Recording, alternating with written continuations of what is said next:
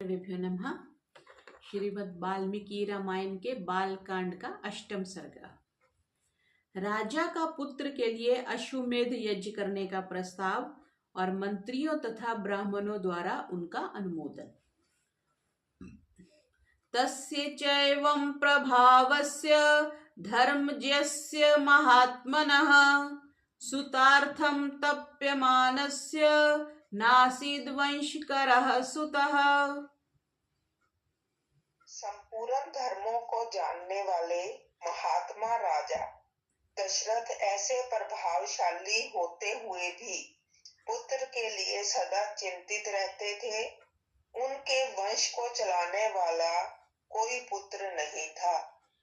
चिन्तयानस्य तस्यैवं बुद्धिरासीन् महात्मनः सुतार्थं वाजिमेधेन किमर्थं न यजाम्यहम्। उसके लिए चिंता करते करते एक दिन उन महामनस्वी नरेश के मन में यह विचार हुआ कि मैं पुत्र प्राप्ति के लिए अश्वमेध यज्ञ का अनुष्ठान क्यों न करूं। स निश्चितां मतिं कृत्वा यष्टव्यमिति बुद्धिमान् मंत्रिभिः सह धर्मात्मा स्वैरपि कृतात्मभिः। ततो ब्रवीण महातेजः सुमन्त्रं मन्त्रिसत्तम शीघ्रमानय मे सर्वान् गुरुस्तान् सुपुरोहितान्। अपने समस्त शुद्ध बुद्धि वाले मंत्रियों के साथ परामर्श पूर्वक यज्ञ करने का ही निश्चित विचार करके उन महातेजस्वी बुद्धिमान एवं धर्मात्मा राजा ने सुमंत्र से कहा, मंत्रीवर, तुम मेरे समस्त गुरुजनों एवं पुरोहितों को यहाँ शीघ्र बुला ले आओ। ततः सुमन्त्रस्त्वरितं गत्वा त्वरित विक्रमः समानयत सतान् सर्वान् समस्तान् वेदपारगान्। तब शीघ्रता पूर्वक पराक्रम प्रकट करने वाले सुमंत्र तुरंत जाकर उन समस्त वेद विद्या के पारंगत मुनियों को वहां बुला लाए। सुयज्ञं वामदेवं च जाबालिमथ काश्यपं पुरोहितं वसिष्ठं च ये चाप्यन्ये द्विजोत्तमः तान् पूजयित्वा धर्मात्मा राजा दशरथ तदा इदं धर्मार्थ सहितं सलक्षणं वचनम् अब्रवीत्। सुयज्ञ वामदेव, जाबाली, काश्यप, कुल पुरोहित, वशिष्ठ तथा और भी जो श्रेष्ठ ब्राह्मण थे, उन सब की पूजा करके धर्मात्मा राजा दशरथ ने धर्म और अर्थ से युक्त यह मधुर वचन कहा। मम लालप्यमानस्य सुतार्थं नास्ति वै सुखं तदर्थं हयमेधेन यक्ष्यामीति मतिर्मम। महर्षियों, मैं सदा पुत्र के लिए विलाप करता रहता हूँ। उसके बिना इस राज्य आदि से मुझे सुख नहीं मिलता। अतः मैंने यह निश्चय किया है कि मैं पुत्र प्राप्ति के लिए अश्वमेध द्वारा भगवान का यजन करूं। तद अहम यष्टुमिच्छामि शास्त्रदृष्टेन कर्मणा कथं प्राप्स्यामहं कामं बुद्धिर्विचिन्तयाताम्।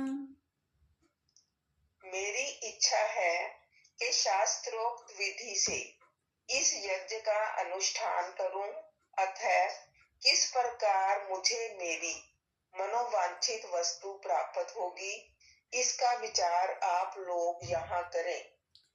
ततः साध्विति तद्वाक्यं ब्रह्मणा प्रत्यपूजयन् वसिष्ठ प्रमुखा सर्वे पार्थिवस्य मुखेरितम्। राजा के ऐसा कहने पर वशिष्ठ आदि सब ब्राह्मणों ने बहुत अच्छा कहकर उनके मुख से कहे गए पूर्वोक्त वचन की प्रशंसा की। उचुश्च परम प्रीताः सर्वे दशरथं वचः संभारा संभ्रयन्तां ते तुर्गश्च विमुच्यताम्।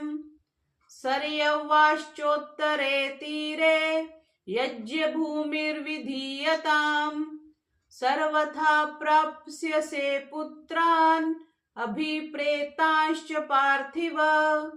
यस्य ते धार्मिकी बुद्धिर्यं पुत्रार्थम् आगता। फिर वे सभी अत्यंत प्रसन्न होकर राजा दशरथ से बोले, महाराज, यज्ञ सामग्री का संग्रह किया जाए। भूमंडल में भ्रमण के लिए यज्ञ संबंधी अश्व छोड़ा जाए तथा सरयू के उत्तर तट पर यज्ञ भूमि का निर्माण किया जाए। तुम यज्ञ द्वारा सर्वथा अपनी इच्छा के अनुरूप पुत्र प्राप्त कर लोगे, क्योंकि पुत्र के लिए तुम्हारे हृदय में ऐसी धार्मिक बुद्धि का उदय हुआ है।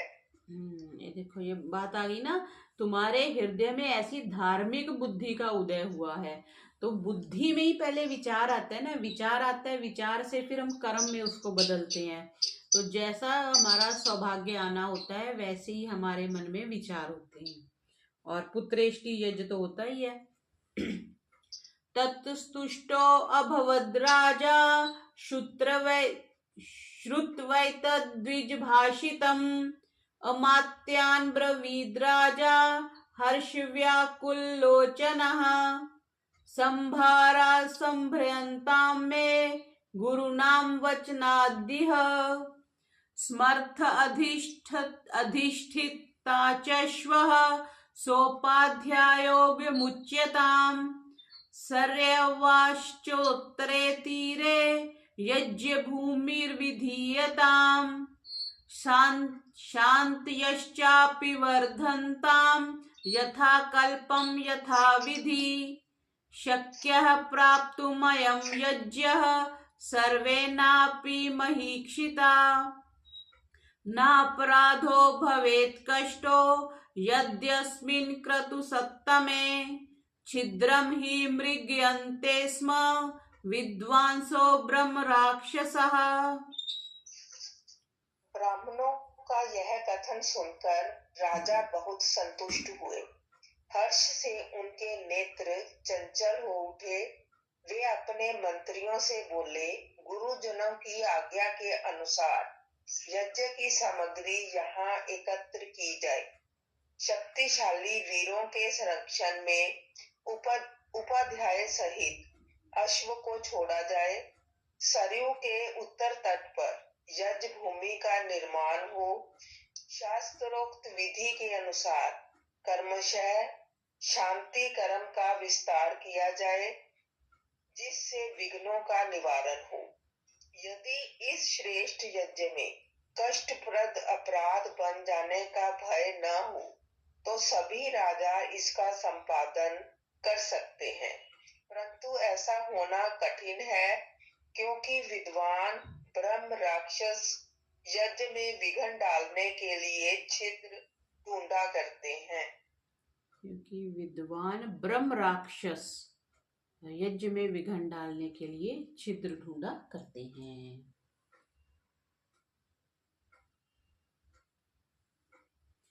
विधिहीनस्य यज्ञस्य सद्यः कर्ता विनश्यति।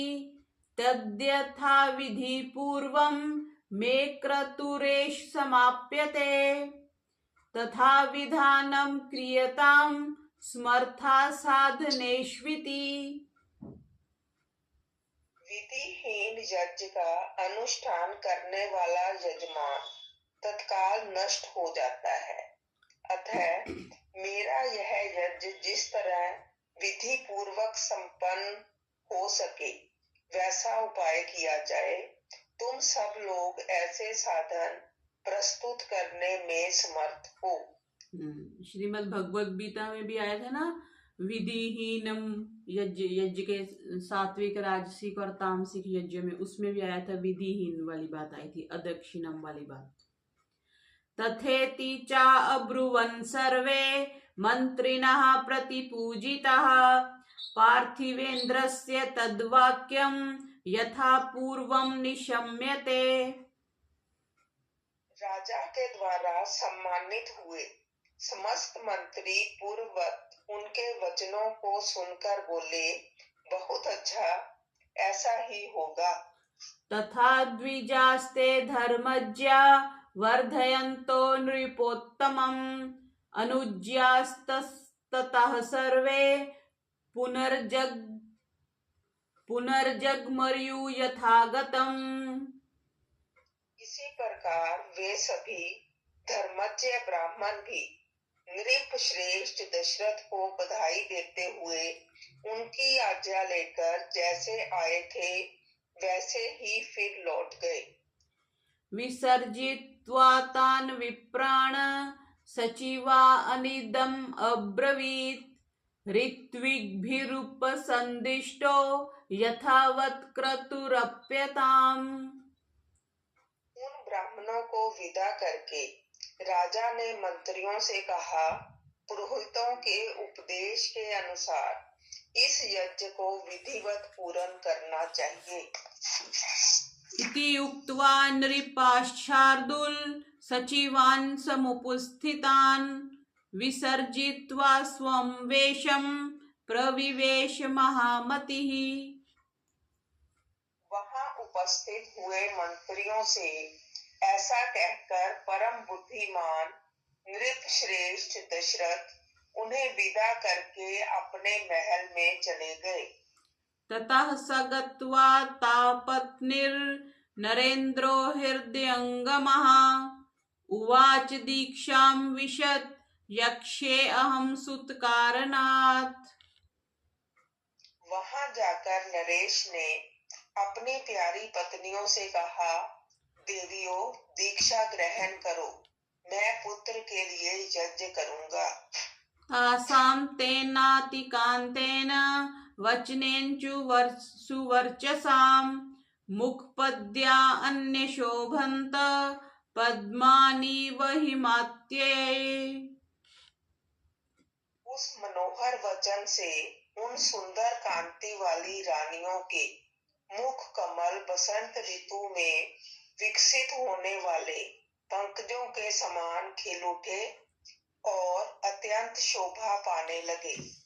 इतिहासे श्रीमद् रामायणे वाल्मीकिये आदि काव्ये बालकांडे अष्टम सर्गः। इस प्रकार श्री वाल्मीकि निर्मित आर्ष रामायण आदि काव्य के बालकांड में 8वां सर्ग पूरा हुआ। बोलिए श्री रामचंद्र भगवान की जय। आदि कवि श्री महर्षि वाल्मीकि जी की जय। सर्वेभ्यो नमः।